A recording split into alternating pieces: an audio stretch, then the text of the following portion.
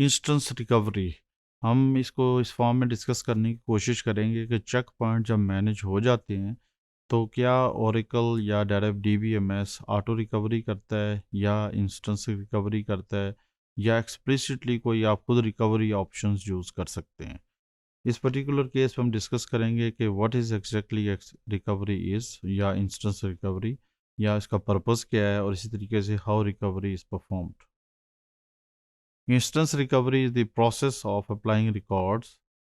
In the online redo log files to data files. इसका मतलब यह है कि हमारे पास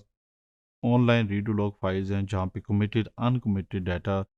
ऑल द टाइम जो है वो अवेलेबल होता है और चल रहा होता है और इंक्रीज़ हो रहा होता है जो जो हमारी एक्टिविटीज़ चल रही होती हैं। तो उसकी इंटरेक्शन डाटा फाइल के साथ कैसे करनी, यानी उस डाटे को जो रीडू लॉग फाइल में है उसको आप ले के डाटा फाइल्स में कब लेके आते हैं। अगर तो हम उनको डाटा कमिट कर लेते हैं और सक्सेसफुली मैनेज होता है तो डाटा फाइल्स में वो रिटर्न हो जाता है, ऑल्दो वो डाटा स्टिल अवेलेबल होता है रीडू लॉग फाइल्स में। Instance recovery occurs automatically when an administrator attempts to open the database that was previously shut down। तो इसका मतलब ये है कि जब भी database शट डाउन आप करते हैं, उसको स्टार्टअप करते हैं और आपके पास कोई एरर नहीं आता, इसका मतलब है कि ऑटोमेटिक रिकवरी ऑलरेडी डन। तो इसका मीनिंग ये है कि database is in consistent state. Consistent state का मतलब है कि नॉर्मल डेटाबेस है, कोई डाटा लॉस नहीं हुआ है और किसी किस्म की कोई इन्फॉर्मेशन मिसिंग नहीं हुई है, जिसका बेसिस या पर्पस ये है कि हम उसको डेटाबेस को फर्दर यूज़ कर सकते हैं क्योंकि जो पिछला डाटा है वो एग्जैक्टली सही तरीके से मैनेज हुआ है। तो जिस तरह हमने ये कहा है कि डेटाबेस को जब शट डाउन किया जाता है तो हमारे पास ऑप्शन आती है शट डाउन की, और फिर जब वो सक्सेसफुली शट डाउन हो जाता है, और इस केस में तो डेफिनेटली शट डाउन होता है, उसकी वजह है कि जितने यूज़र्स ऑलरेडी लॉगिन हैं उनको इन्फोर्स करके शट डाउन किया जाता है। अगर हम ये कहते हैं कि हम यूज़र का वेट करना चाहते हैं सेशन जब तक क्लोज़ नहीं होता, तो हम क्या उसको नॉर्मल कर सकते हैं, या इसी तरीके से शट डाउन हम ट्रांजैक्शनल बेसिस पे करना चाहते हैं कि अगर वो ट्रांजैक्शन चल रही है और वो टाइम ले रही है, उसका वेट करते हैं, तो उस पर्टिकुलर केस में हम डिपेंड कर सकते हैं उसको शट डाउन कैसे कर रहे हैं। लेकिन जब कम्प्लीटली शट डाउन होता है उसके बाद डेटाबेस जब भी स्टार्ट होता है तो उसको हम कहते हैं स्टार्टअप डेटाबेस। और स्टार्टअप डेटाबेस का मतलब यह है कि automatically Oracle instance recovery perform कर देता है। तो जब भी डेटाबेस स्टार्ट होगा तो रिकवरी ऑप्शंस मैनेज होंगी ऑटोमेटिकली, और ओरेकल उसको as a instance recovery automatically perform कर देता है, जिससे हमारा डेटाबेस रिकवर हो जाता है और हम एक नॉर्मल स्टेट में डेटाबेस हमें मिलता है और हम उसको चला सकते हैं।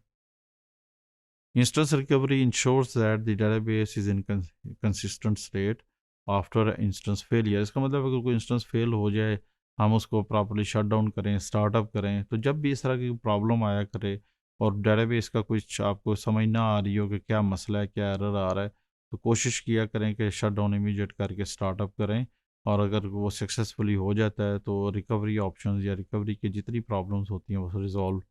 ऑटोमेटिकली हो जाती हैं, तो ठीक है। लेकिन सम केसेस में ऐसा भी होता है कि हम उसको रिकवरी कर रहे हैं, रीडू लॉग फाइल का साइज़ बढ़ गया है, या टेम्प्रेरी डाटाबेस फुल हो चुकी है, या टेम्प्रेरी फाइल्स जो हैं उसमें साइज़ हमें फर्दर चाहिए, ओवरफ्लो हो गया, तो हमारे पास एरर्स आएंगे। उस पर्टिकुलर केस में फिर हमें वो एक्शंस लेने पड़ेंगे। टेम्प्रेरी फाइल्स को शायद टेम्प्रेरी टेबल स्पेस की फाइल्स को इंक्रीज साइज़ को इंक्रीज़ करना पड़े, या इसी तरीके से रीडू लॉग फाइल्स में नया ग्रुप ऐड करना पड़े। तो ये वो एक्शंस हैं जो कि हमें परफॉर्म करने पड़ते हैं। उसके बाद जब ये परफॉर्म कर लें, शट डाउन दोबारा डेटाबेस करें, स्टार्टअप दोबारा करें, तो अगर हमें सक्सेसफुली अगेन मैसेज मिल जाता है कंसिस्टेंट फॉर्म में, देन इसका मतलब ये है कि हम उसको रिकवर कर चुके हैं। The files of database can be left in the inconsistence because of how Oracle database manages database. इस मीनिंग इसका ये है कि वो फाइल्स जो कि टेम्परेरी टेबल के साथ लिंक हैं, वो फाइल्स जो रीडू लॉग फाइल्स लिंक हैं, अगर वो सफिशेंटली स्टोरेज मैनेज कर रही हैं तो ठीक है, अगर वो नहीं कर रही हैं तो इसका मतलब ये है कि हमें उसके साथ डिपेंड करता है एरर किस फॉर्म में है, उस एरर की बेसिस पे हमें वो एक्शंस लेने पड़ते हैं। How instance recovery is performed. हमारे पास इंस्टेंस है और इंस्टेंस में हमारे पास करंटली जो मेजर पोर्शंस हैं वो हैं कि बफर कैशे हमारे पास अवेलेबल है। बफर कैशेस में लेट्स सपोज हमारे पास एक टेबल है, ईएमपी टेबल की इंफॉर्मेशन यहाँ पे आई हुई है, या इसके थ्रू हमारे पास कोई वैल्यू है 500, तो उसकी बेसिस पे हम ये देखते हैं कि डाटा रीडू लॉग बफर जो है वो ये इंफॉर्मेशन डाटा फाइल्स को मैनेज करता है, और इस फाइल्स में हम ये करते हैं कि ओल्ड वैल्यू हमारे पास 300 आ जाती है, तो ये फाइल ही जो है ये बफर कैशे के थ्रू हमारे पास इंफॉर्मेशन सेव हो जाती है 300, और ये हमारे पास रीड लॉग में चेंज हो जाती है।